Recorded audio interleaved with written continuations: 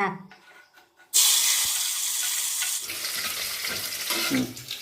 Hello മുത്തുമണീസ്, അപ്പോൾ നമ്മളിന്ന് chicken കറി ഉണ്ടാക്കുകയാണ്.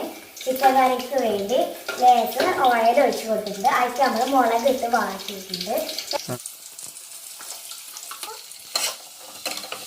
പാടി കിട്ടാനും വേണ്ടി നമുക്ക് ഉപ്പ് ഇട്ട് കൊടുക്കാം.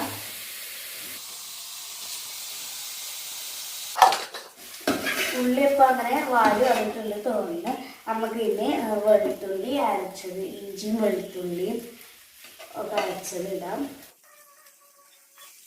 ഇനി നമുക്ക് തക്കാളി ഇട്ട് കൊടുക്കാം. ആക്കി കൊടുത്ത ശേഷം നമുക്ക് കുറച്ചേരം അരച്ച് വെക്കാം കേട്ടോ. അപ്പൊ നമുക്ക് ഇതിലേക്കുള്ള മസാല തയ്യാറാക്കി. അപ്പോൾ ബാപ്പ തയ്യാറാക്കി വെച്ചിട്ട് നമുക്ക് ഇതിലേക്ക് ഇട്ട് കൊടുക്കാം.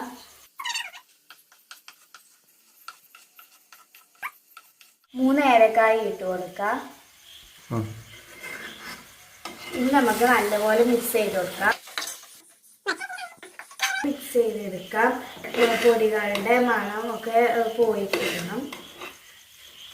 ഇനി നമുക്ക് കുറച്ചു നേരം അടിച്ചു വെക്കാം.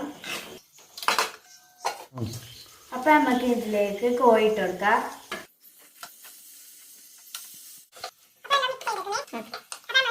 ഇഞ്ചി വെളുത്തുള്ളിയൊക്കെ അരച്ചിട്ടുള്ള ജാറിലേക്ക് നമ്മൾ ചുവറ്റി എടുക്കാണ്ട് ഒഴിച്ചു കൊടുക്കുകയാണ്. എനിക്ക് നല്ല വെള്ളമൊന്നുമില്ല കറിയൊന്നും എനിക്ക് പറ്റില്ല. നല്ല കായിട്ടുള്ള ചിക്കൻ കറിയും അങ്ങനെയുള്ള കറികളാണ് എനിക്കിഷ്ടം.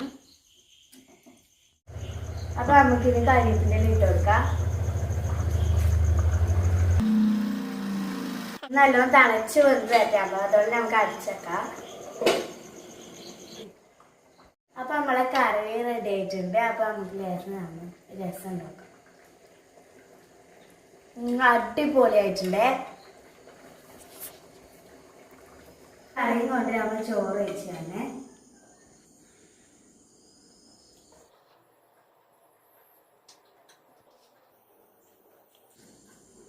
അടിപൊളിയാണ്.